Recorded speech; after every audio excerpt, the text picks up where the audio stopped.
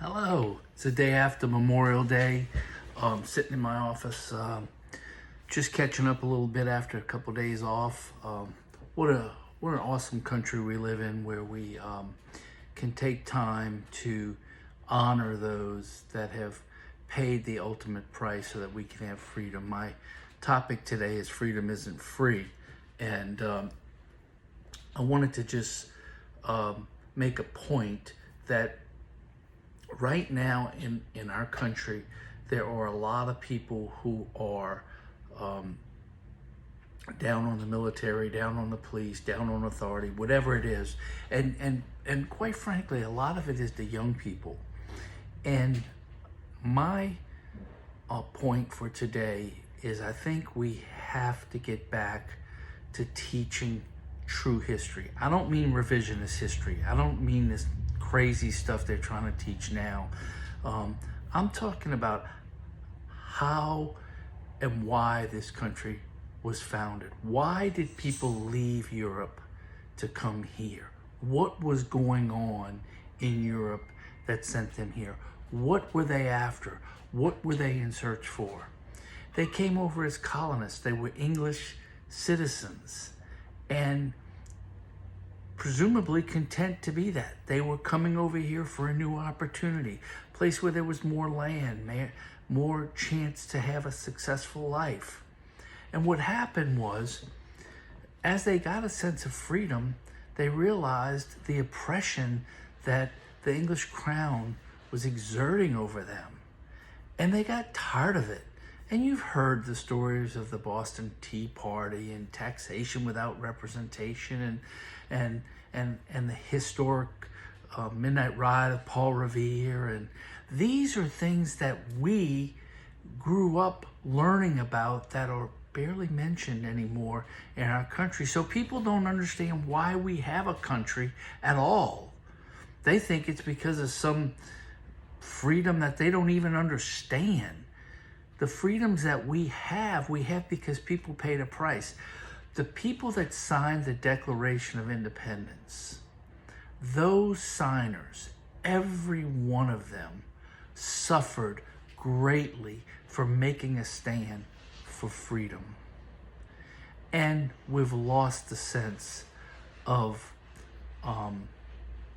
value in the sacrifice that they made and the sense of gratitude for what they did standing up to the English crown so that we can institute a whole new level of freedom. Was it perfect? No.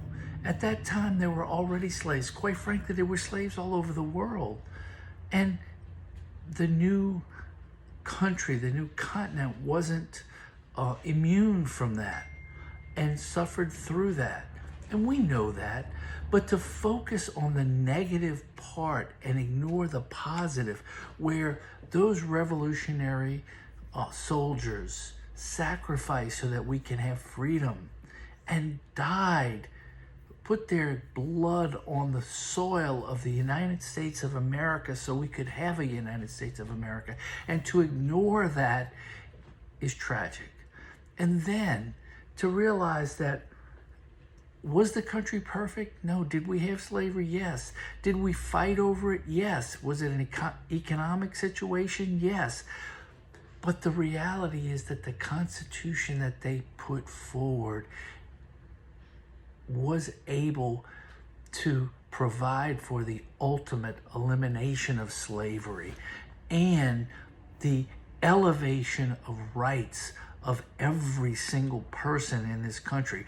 And make no mistake about it, everybody in America has an opportunity, if they want to take it, to search for the American dream, to go after it, to fight for it.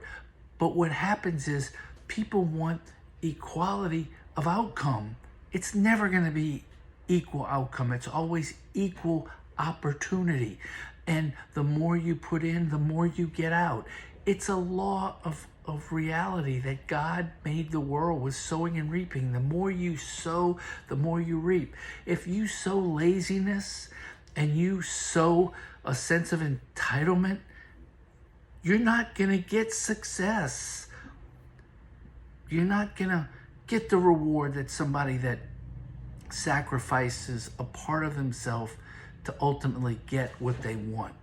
It's just a reality. And so we come forward and we look at the people that died in the wars that maintained our freedom. The World War I, World War II, Korea, Vietnam, went over to Afghanistan, went to the Middle East and fought. These people that died, we owe them our respect, and that's what this holiday was about. But you know what? So many people were oblivious to the reality of why we had a holiday.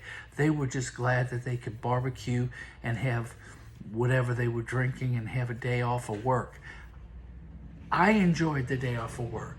We had a family reunion on Sunday. It was marvelous. I barbecued yesterday. But in the back of my mind is the purpose for the day.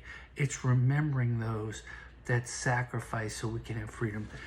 Finally, what is freedom?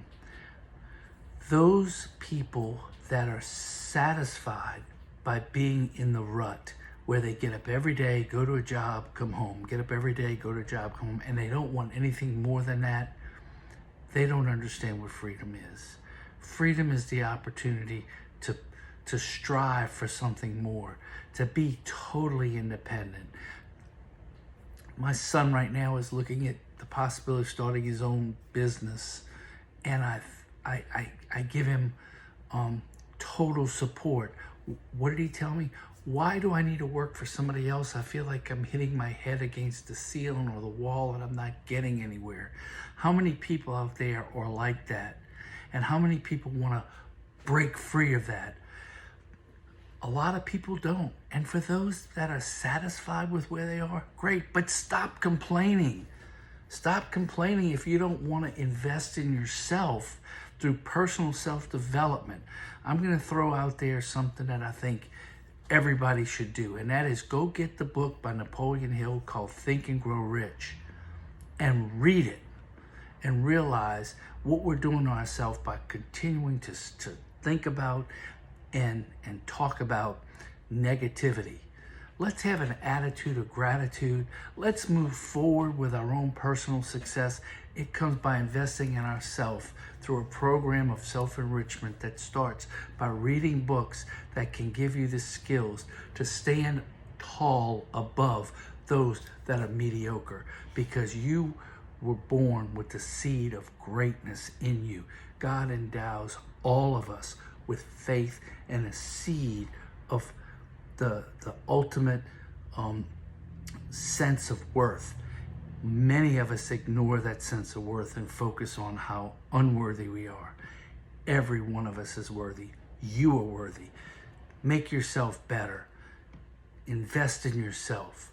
Set some goals and dreams, and think about when you were a kid and you used to dream about being an astronaut or whatever it was. Why were those dreams crushed? Those dreams were crushed by people that told us we couldn't do it. But you know something? You can do it. I remember that gymnastics coach in the Olympics. You can do it. You can do it. Think highly of yourself. Get motivated. Set some goals. Dream big and go for it.